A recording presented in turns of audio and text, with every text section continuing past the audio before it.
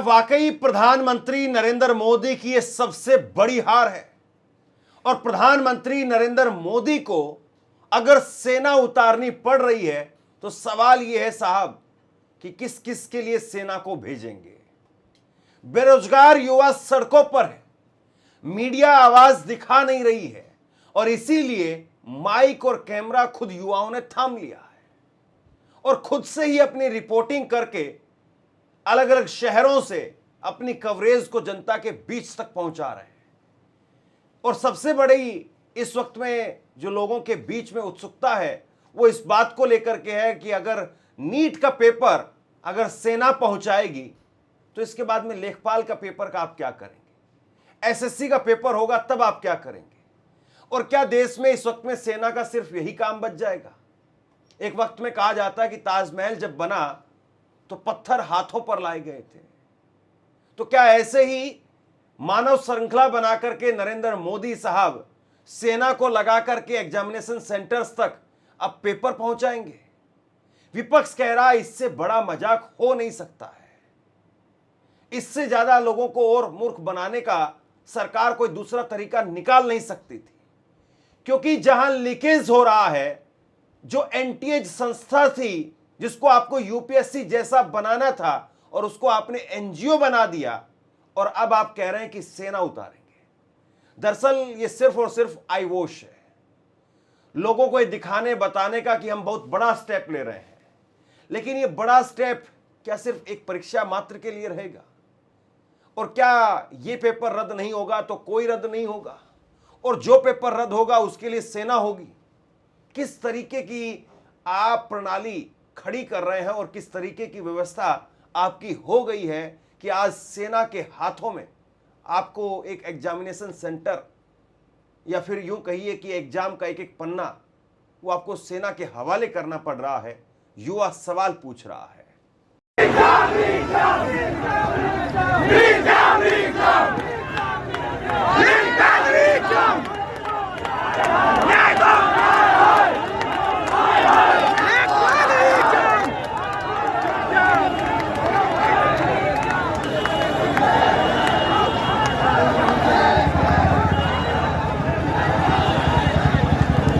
अब हर कोई कहेगा जहां पर भी पेपर लीक होगा री एग्जाम और री एग्जाम का मतलब क्या अब सेना हो गया? क्या सेना के सहारे ही सरकार चलेगी? और बताइए आप प्रधानमंत्री नरेंद्र मोदी साहब जवाब दीजिए, देश जवाब मांग रहा है कि बीजेपी अध्यक्ष का नाम लीक नहीं होता है, बीजेपी मुख्यमंत्री का नाम लीक नहीं होता है, और पेपर लीक कैसे हो जाता है? और पेपर लीक को रोकने के लिए आप सेना को तो उतार रहे हैं मैदान में, लेकिन कल को सेना के ऊपर सवाल ना खड़े हो जाए, क्योंकि लीकेज तो अगर सिस्टम के अंदर है तो सेना फिर इसमें क्या कर लेगी? अगर एनटीए के अंदर बैठे हुए लोग अगर वही पेपर लीक करवा रहे हैं, एनटीए के पूर्व डीजी अगर जिनको आपने कार्रवाई के तहत हटा करके कोप भवन में भेजना चाहिए था, अगर आप उनको राजभवन में भेज देंगे तो फिर क्या ही होगा?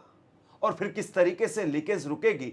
ये सवाल तो आप पर आकर के खड़ा हो जाता है। राहुल गांधी उन्होंने एक ट्वीट किया और कहा कि 17 साल के एक सिद्धांत नाम के लड़के ने बता दिया कि भैया किस तरीके से सारा गड़बड़ झाला चल रहा है।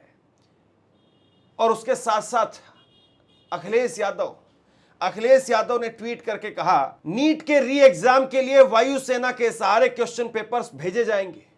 मतलब शिक्षा मंत्री जी घुमा फिरा करके यह कह रहे हैं कि उनके मंत्रालय की कोई गलती नहीं है, सारा दोष पोस्टल डिपार्टमेंट का है। गृह मंत्रालय के अधीन आने वाली पुलिस व्यवस्था अब न तो प्रभावी रही है न विश्वसनीय बची है। नीट के एस्पिरेंट्स पूछ रहे हैं, यह बात तो सुपर कॉन्फिडेंशियल होती है, क्वेश्चन पेपर्स कहां प्रिंट होंगे, कहां ले जाए जाएंगे, इसे सबको बताने की क्या जरूरत थी?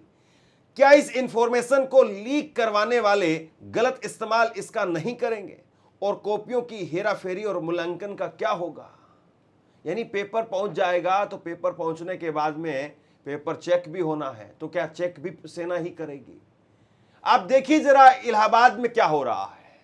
इलाहाबाद के अंदर युवाओं ने खुद ही कैमरा और माइक संभाल लिया है और इलाहाबाद में युवा कह रहे हैं कि भैया अलग अलग परीक्षाओं की गड़बड़ियां वो सामने आ रही है।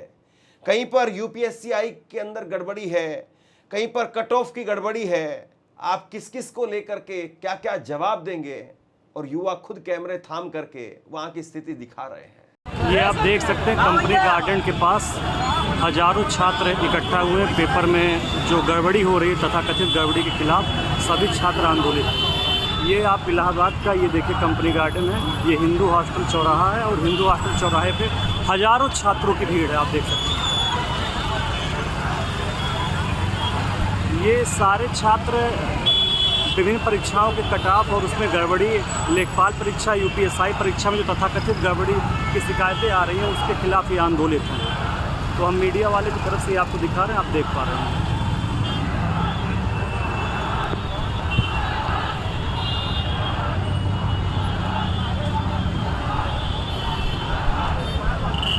ऐसा लगता है कि शाम होते होते मशाल और जलूस, और उसमें आजकल डिजिटल इंडिया है तो मोबाइल की टॉर्च, उसके सहारे युवा प्रोटेस्ट कर रहा है। फिर सुबह होती है तो फिर प्रोटेस्ट होता है। लेकिन असल में जिसके कान पर जू रेंगनी चाहिए, क्या उसके कान पर जू रेंग रही है? क्या उसको कोई फर्क पड़ रहा है? क्या उसकी सेहत में थोड़ी बहुत तब्दीली आई है, या वो अभी भी जिम्मेदार लोग हाथ पर हाथ रख करके बैठे हुए हैं?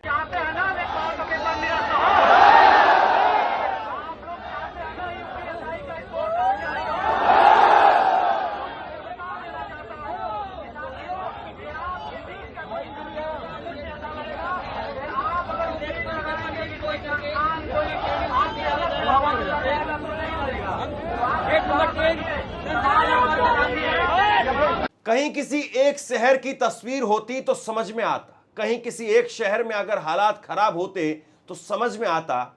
लेकिन अगर चौराहे दर चौराहे अगर ये हो रहा है तो सोचिए मोदी जी को फिर क्या करना पड़ेगा, और सोचिए कि मोदी जी फिर क्या कर रहे हैं। राहुल गांधी ने ट्वीट किया और ट्वीट करके कहा कि कल प्रधानमंत्री ने खुद से बताया है, सुप्रीम कोर्ट के अंदर उनके सॉलिसिटर जनरल ने जाकर के कहा है कि केंद्र सरकार की तरफ से कि PM Modi also personally supervised the NEET paper leak, यानी प्रधानमंत्री नरेंद्र मोदी वो भी पर्सनली देख रहे हैं।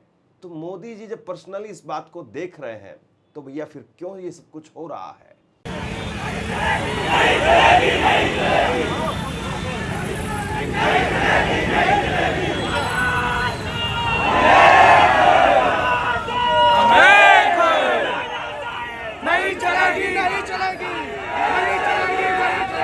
पूरी सरकार लग गई है ये बताने में कि विपक्ष के नेता वो गुमराह कर रहे हैं, राहुल गांधी वो गुमराह कर रहे हैं। लेकिन पूरा विपक्ष इस मुद्दे पर एक हो गया है, और पूरा विपक्ष कह रहा है कि भैया इस तरीके से तो नहीं चलेगा।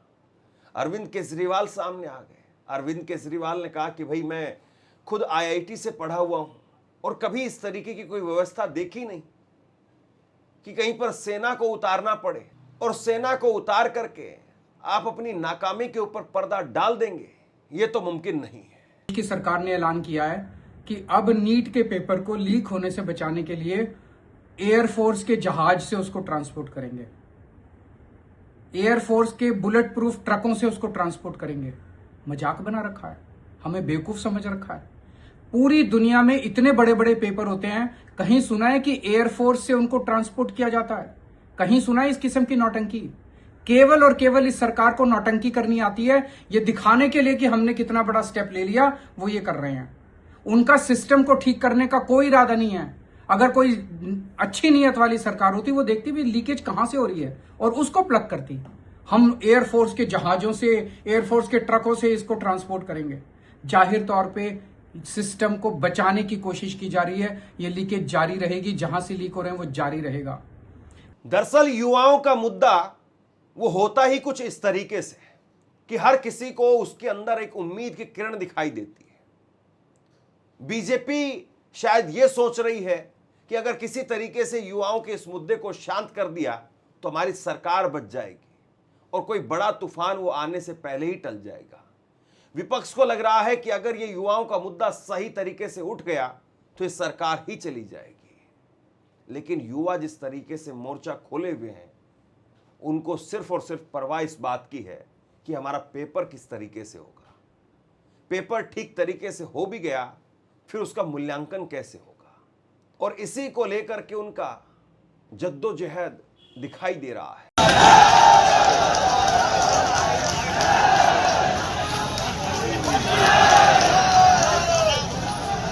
राहुल गांधी ने एक 17 साल के सिद्धांत का हवाला देते हुए जो कुछ लिखा है उसको जरा देखिए। राहुल ने लिखा कि 17 साल के सार्थक सिद्धांत ने यह उजागर किया है कि सीबीएसई ने कॉमेट को फायदा पहुंचाने के लिए अपनी चयन प्रक्रिया में हेरफेर किया।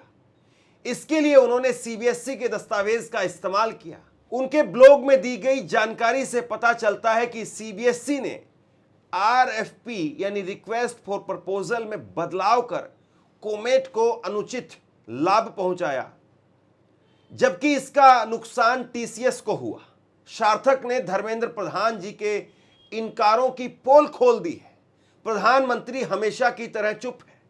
सवाल सीधा सा है, वे किसे बचा रहे हैं और क्यों बचा रहे हैं? अब इस पूरे घोटाले की सच्चाई सामने लाने के लिए एक स्वतंत्र न्यायिक जांच बेहद जरूरी हो गई है।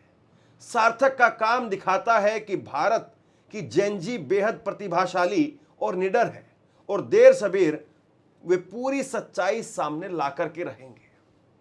अब सोचिए कि एक 17 साल का नाबालिग बच्चा, एक 17 साल का जेनजी, क्या वो देश के अंदर जो इंटेलिजेंस की संस्थाएं हैं, जितनी भी जांच करने वाली संस्थाएं हैं, क्या उन सब से ऊपर हो गया है? या वो संस्थाएं वो सब जानती हैं लेकिन मुंह नहीं खोल पा रही है? या उन संस्थाओं को जानबूझ करके चुप करवा दिया गया है? सवाल बहुत सारे हैं। और सवाल यह भी है कि आपने एनटीए जैसी संस्था को क्या वाकई एनजीओ बना दिया है? क्या एनटीए, जिसके डीजी साहब जो पहले पेपर लीक हुआ उसमें उन पर गाज गिरने की बजाय जैसे उनको छत्तीसगढ़ में मुख्यमंत्री का करीबी बना करके भेज दिया, क्या ये इनाम था जिसके सहारे बाकी और दूसरे लोगों को भी एक तरीके से आप यूं कहिए कि आसरा मिल गया? जितना बड़ा घोटाला उतना बड़ा इनाम, राहुल गांधी जो कहते हैं, क्या ये वही लाइन है जिस पर कुल मिलाकर के पूरा सिस्टम चलता हुआ नजर आ रहा है? कॉमेट का जिस तरीके से सिलेक्शन हुआ वो अपने आप में सवालों के घेरे में है। 3 बार टेंडर निकाला गया। पहली बार टेंडर के अंदर कोई कंपनी आई नहीं। दूसरी बार टेंडर निकाला गया। दूसरी बार टेंडर में जो कंपनी आई भी वो पूरी तरह से सक्षम नहीं थी। और तीसरी बार सरकार ने जो नियम थे, कायदे थे, उनमें ही ढील दे दी।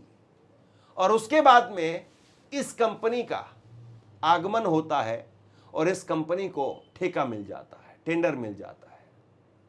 क्यों आखिरकार नियमों में इतनी ढील दी गई? अगर भारत में कोई इस तरीके की कंपनी नहीं थी तो फिर आखिरकार जरूरत क्या थी कि इस सिस्टम को, ओएसएम को इसी साल से लागू करना था? जरा इस बात को समझ लीजिए कि ये ओएसएम है क्या। पहले जितने भी एग्जाम आप देते थे, उन एग्जाम्स में अगर आपको कहीं पर गड़बड़ी महसूस होती थी, आप उसके लिए रीचेकिंग का फॉर्म भरते थे। आपकी आंसर शीट, उसको दोबारा से रीचेक किया जाता था, और रीचेक करने के बाद में अगर कहीं पर कोई नंबर आपका ज़्यादा लगा है या कम लगा है तो घट और बढ़ जाता था। लेकिन अब सरकार लेकर के आई है ओएसएम यानी ऑन स्क्रीन मार्किंग।